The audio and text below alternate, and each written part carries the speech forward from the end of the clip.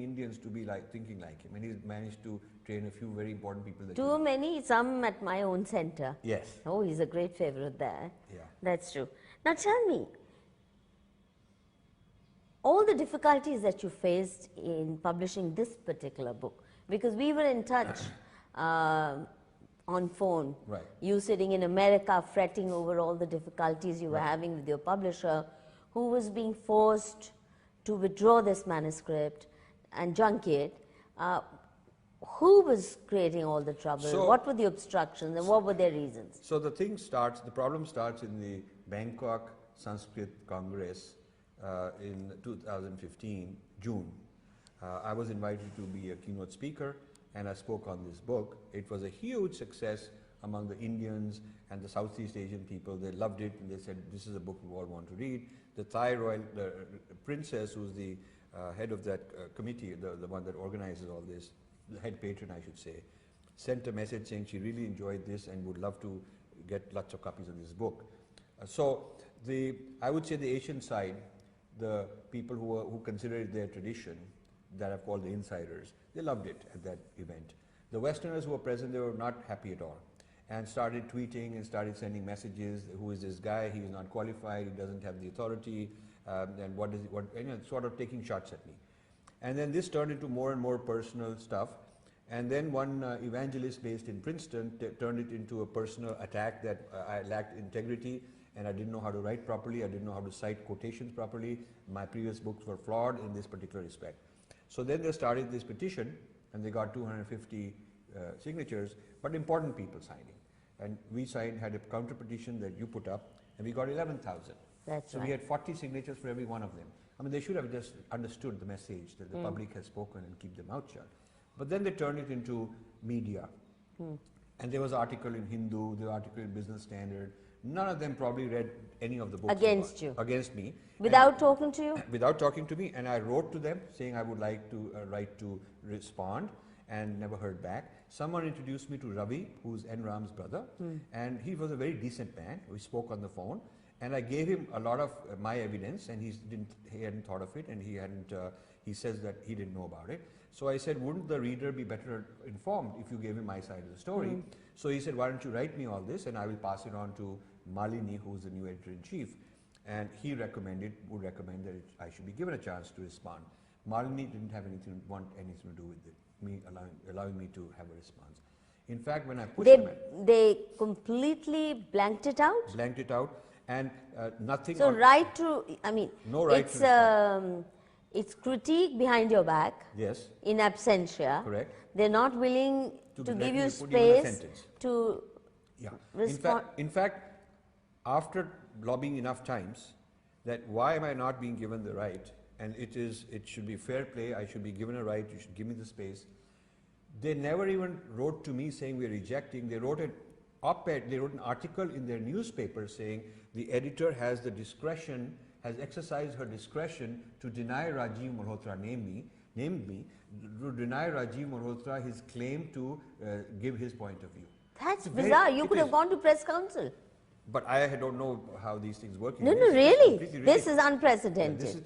So I really think you should, now, because she did that to me as well, yeah. and she told me to my face at one time, all these protectors of Indian tolerance and tradition, she told me to my face she will never let me get published because I wrote something that bugged her and it annoyed her friends in the CPM. So petty, so immature, and once there's something you said that they don't like, then for life you are blacklisted. I mean, this is one of the top 2 newspapers in the country. It's a disgrace that we call this free speech. I mean, free speech is at the discretion of the editors and gatekeepers, and they tend to be people who are not very fond of me. So anyway, so this went on, and then when all this died down, the publisher was very nervous because they also were doing a lot of lobbying to the publisher, asking that they should not publish my books. I'm a bad fellow, all kinds of problems with me. And so I just stayed quiet for a few months, let this thing quieten down. And then the publisher and I started working again to get this going. And the publisher wanted me to take a lot of precautions to make sure I'm not saying anything that would be personal. We are very sure that they've had many lawyers look at it. Many different people look. This book has been checked out more than probably any other book I know of by lawyers here in India, by people, legal people overseas. I see. By the publisher, to make sure that, you know, I'm not doing anything defamatory, and I'm not. I'm very courteous, and I'm just disagreeing with their positions. And so then finally the thing went to press. After many rounds of let's remove this, or let's water down this, let's not be too strong on that. And I'm very happy to be more and more courteous. In fact, I sent this to at least 10 people of my own to ask them, do you think there's anything rude or incorrect or something out of line? And I would give the benefit of doubt to anybody who said, well, you know, this one you really don't need to say it, you've said enough of it. So I watered it down in order to be courteous, not removing the actual substance of my argument, but just the tone. However, even after all of this, when the book went to press, it started printing. Copies were printing. Then I get a call when my wife and I are in a holiday in Florida. After a few years, we finally thought maybe I should have a break. Within 2-3 nights, I got a call from Delhi that the printing has been stopped because some issues have been raised again, some last minute more issues. And this is ridiculous. You can get some lawyer to write some letter saying, has he, not pinpointing any particular paragraph or sentence, but just raising rhetorical issues. Has he checked with Sheldon Pollock to make sure he will not be objecting? Oh. Has he received his permission to criticize him?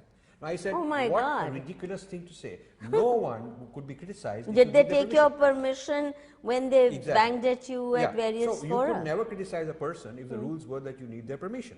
So this is so ridiculous. I said, well, if they don't agree with my criticism, they can write their rebuttal. That should be how it is. But the fear, the fear was that, okay, maybe they'll create another ruckus like the one they did in the summer. And do we really want to be in a mudslinging battle?